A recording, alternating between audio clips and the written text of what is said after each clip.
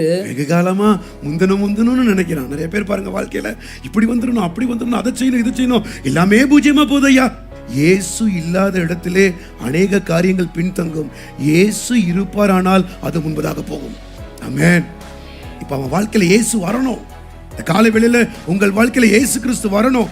அவர் வந்து விட்டால் பிந்தினவைகள் முந்தினவைகள் ஆகும். உங்களை பார்த்தும் ஆண்டவர் தான் கேட்கிறாரு, முன்னுக்கு வரணும், முன்னால வரணும்ன்ற ஆசை உனக்கு இருக்கா? தம்பி, படிச்சு மேல வரணும்ன்ற ஆசை உனக்கு இருக்கா?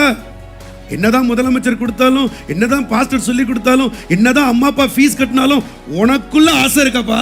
காலை வேளையில விரக்தியோடு கூட இது போதும் ஆண்டவரே, இனிமே என் லைஃப்ல என்ன நடக்க போகுது, எந்த மாற்றமும் நடக்கிறது இல்லை, ஏதோ வாழ்க்கையில ஓடிட்டேன் அப்படின்ற முடிவுல இருந்தீங்கன்னா, கர்த்தர் உங்களுக்கு சொல்லுகிற நல்ல ஆலோசனை, உன் வாஞ்சை உயிர்ப்பிக்கப்படும் போது கர்த்தர் உன்னை முந்த பண்ணுவார்.